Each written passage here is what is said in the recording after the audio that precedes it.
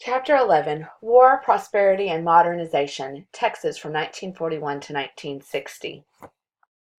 The feeling of security provided by an ocean on both sides of our nation was breached on December 7, 1941, when the Japanese launched a surprise attack on the U.S. Pacific Fleet, anchored at Pearl Harbor in Hawaii. World War II would do what the New Deal had been unable to decisively end the Great Depression. As a result, Texas entered post-war industrial economy and modernity. By the war's end, the state of Texas had furnished a proportionately larger percentage of men and women for military service than any other state. 36 Texans won Congressional Medals of Honors, and two of their numbers were the most decorated American servicemen, Audie Murphy and Samuel Dealey. Distinguished names included Allied Supreme Commander in Europe, Dwight David Eisenhower, Pacific Fleet Admiral Chester A. Nimitz, and Yvette Culp Hobby, commander of the Women's Army Corps. If you ever get a chance, I suggest you go down to Fredericksburg and tour the Admiral Chester A. Nimitz Museum and the Pacific War Museum. It is fabulous. Many Mexican Americans and African Americans served proudly amidst discrimination and segregation. Doris Dory Miller manned a machine gun at Pearl Harbor, but was still just a messman when killed in action 2 years later. In 1943, Felix Z. Longoria was killed in the Philippines during World War II, but was refused burial by the Anglo-run funeral home in Three Rivers in 1949. Both Mexican-American and African-American veterans returned to domestic life determined to fight for equality. During the war, private enterprise reaped profits with the rise of new industries, aircraft factories in the Dallas-Fort Worth area and shipyards in the Orange, Beaumont, Port Arthur regions.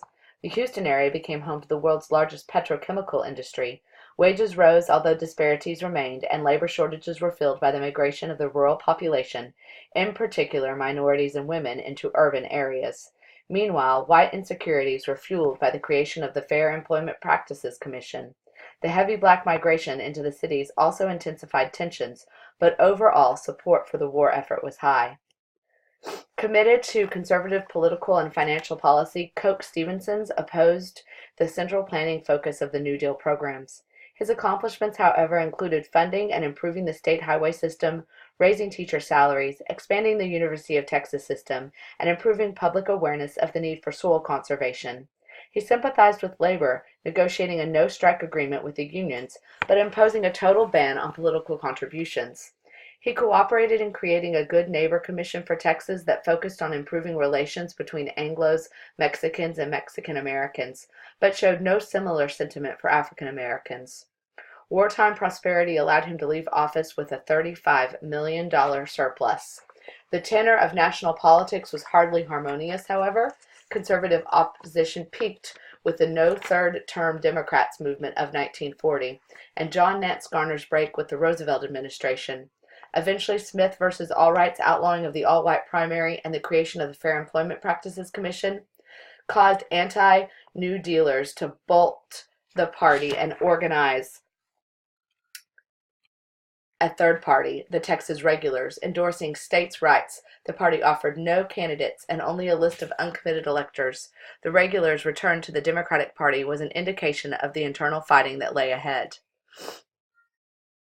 The 1940s, characterized by political tumult, tensions increased over the charges of communist-infiltrated labor unions and the demands of African Americans and Mexican Americans for their civil rights. The Smith versus Allwright decision and the Sweet versus Painter case that resulted in the court-ordered integration of the University of Texas Law School also heightened tensions, impacting the gubernatorial race in 1946, which coaxed Stevenson's retirement. Buford Jester emerged victorious with his platform of no new taxes, no federal interference with state laws, and firm opposition to labor unions. However, the establishment's candidate was not able to accomplish much due to the legislators' obstinacy in coping with the Sweet decision, ignoring problems that festered during the Depression and war years. The senatorial election of 1948 in Texas was an extremely close and controversial contest. The state Democrat Election Committee upheld the count in Box 13 by a vote of 29 to 28, casting suspicion on fraud on Lyndon B. Johnson. Coke Stevenson took the dispute to the U.S. District Court in order to keep Johnson's name off the general election ballot. The U.S. Supreme Court Justice Hugo Black set aside the restraining order, and the full court later upheld Black's decision. From 1955 until 1961, Johnson and his fellow Texan Speaker of the House Sam Rayburn made a daunting legislative team. Johnson assumed the position of Majority Leader in 1955 and remained in the position until John F. Kennedy handpicked him as his running mate in 1960. Meanwhile, Governor Jester and Lieutenant Governor Shivers demanded an anti-lynching bill, appropriations of more monies for higher education, and improvement of state hospitals. A board to oversee crowded conditions in the state prisons was created. Jester also pushed the legislature to approve a constitutional amendment to repeal the poll tax and establish annual sessions and salaries for the legislature. Even though these measures were rejected by the voters in the November 1950 election, Governor Jester was the first to address the problems of urban Texas. Jester, who died in office, was succeeded by his two-term Lieutenant Governor, Allen Shivers. Despite the fact that he attempted to modernize state government, Shivers held strong racist views and weakened the offices of governor through his administrative changes, enlarging the powers of the offices of Lieutenant Governor and Speaker of the House. Meanwhile, President Truman proved very unpopular in Texas. Tideline petroleum discoveries made after World War II became the focus of the controversy. While Truman vetoed Texas's claims to offshore tidelands, the state took its case to the U.S. Supreme Court. Ultimately, Shivers announced his support of the Republican Eisenhower, who promised to sign a quitclaim bill, while the Johnson-Rayburn forces endorsed Democrat Stevenson. Eisenhower carried the state, and Shivers defeated challenger Ralph Yarborough, a liberal Austin lawyer. Ultimately, Texas was granted absolute control of the tidelands, but the president's victory was more a personal victory than a political coup. Conservative Democrats were not enticed into the GOP. Eisenhower's actions, his reluctance to endorse McCarthyism, his sending of troops into Little Rock in 1957, and his support of the Civil Rights Act of 1957 were considered too liberal in a state run by conservative Democrats. The Republicans lost control of Congress in 1954.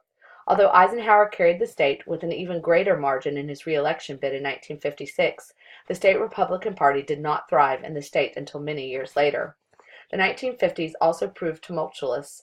The U.S. Supreme Court announced the Brown v. Board of Education of Topeka decision in the midst of the Democratic primary, compelling Shivers to charge Ralph Yarborough with endorsing a completely integrated society. Earlier in the 17 months preceding the 1954 campaign, Shivers claimed that his challenger owed his support to the communist labor racketeers. Despite this claim, no communist activities in Texas labor unions were actually documented. Shivers' third unprecedented term was plagued by lax regulations of the insurance industry and unethical conduct in the State Land Commission. One far-sighted accomplishment was the creation of a Texas Water Research Committee to research water resources. Distrust between the liberal and moderate wings of the Democratic Party continued into the 1960s. Known liberals joined with the AFL-CIO to create the Democrats of Texas, with the purpose of abolishing the poll tax, broadening liberal influence in the state party, and endorsing National Democratic Party goals. Dot endorsed Ralph Yarborough in the special election called to fill Daniels' unexpired Senate term.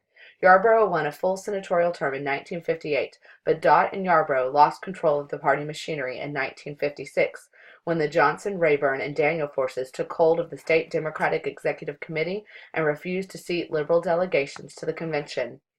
Meanwhile, Governor Daniels' most vexing problem was taxation.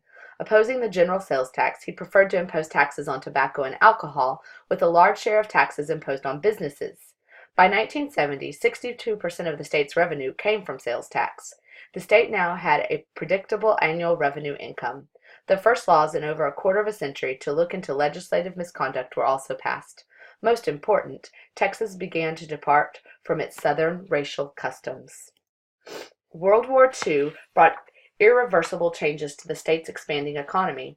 The Texas Gulf Coast became the state's leading exporter of petroleum and accounted for 80% of the petroleum-based products going through Texas ports in the 1940s. 13 deep water ports were built, including the Port of Houston, which surpassed all other Texas ports in total tonnage handled and ranked second nationally in 1950. New oil strikes led to an increase in population in the Midland-Odessa area.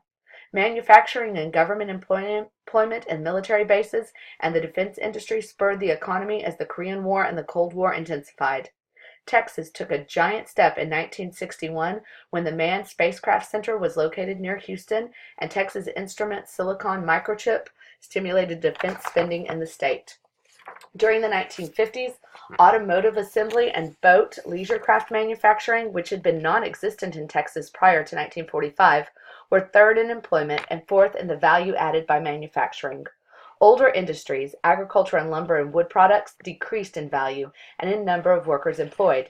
Banking grew exponentially, but never came close to matching the assets of New York and Chicago's financial institutions.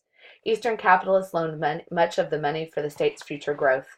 The interstate highway system determined the future of many communities and impacted negatively on rail passenger traffic and mileage of new tracks laid. The Texas Aeronautics Commission was created to stimulate airport and aviation development, resulting in a boom in air travel. By 1951, Texas had 638 airports and 11 airlines operated in the state. Urban migration also defined the state's economic life, exacerbating social tensions. School integration mandated by the court in the 1950s and 1960s hastened urban white flight from cities to suburbs. Per capita income rose across the South, particularly in Texas, to about 90% of the national average. But inflation doubled after World War II and during the Korean War. Although the economic opportunities improved, wage disparities were evident among Black and Hispanic workers, even if Mexican Americans living in cities fared better than their rural counterparts.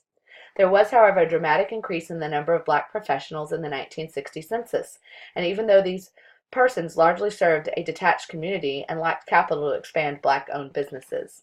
Although women also found more job opportunities, teaching, nursing, and clerical work were still considered women's work. Labor organizations grew steadily, but women were seldom allowed to join. Texas maintained its anti-labor bias. Factors that ensured Texas would never reach national levels of union strength included the availability of cheap, unskilled labor. Oh, I will pause this and start over. Hold on a second. We'll keep going. Cheap, unskilled labor, and growth of services and high-tech industries that did not conventionally attract unions. Mexican agricultural laborers moved into West Texas, lured there by the Vaquero program. In many instances, cheap migratory labor from Mexico was transformed into a permanent local workforce. However, a severe forced repatriation drive occurred in July 1954. The Border Patrol and local and federal police authorities began roundups of foreign-born Mexicans. Civil liberties were denied the deportees, many of whom were illegally forced out of the country, including many children born in the United States. The Texas family was greatly impacted by the Great Depression. Black Texas women were affected more than white women. Unemployment and discrimination continued to exact a toll on black males, psychologically as well as physically and financially. By the mid-1960s, 24% of all black families in Texas had female heads of household. Overall, the average size of the family in the state decreased, the median age for marriage declined, and the divorce rate climbed. The post-war urban economy and the baby boom caused a major demand on public education systems. Reform implemented included a state board of education, a 9-month school year, and a formula for determining minimum teacher salaries based on the local and state funding. Overall, insufficient funding continued to plague the state's educational system, and the space race between the United States and the Soviet Union placed inordinate pressure on the system. Salaries and state per pupil expenditures increased, but did not catch up with national averages. World War II, however, was a boom for higher education in Texas. The GI Bill provided college tuition for veterans, and the National Defense Education Act, passed in response to the Soviet launching of the satellite Sputnik, loaned money and gave outright grants to college students and institutions and faculty involved in military and other research projects.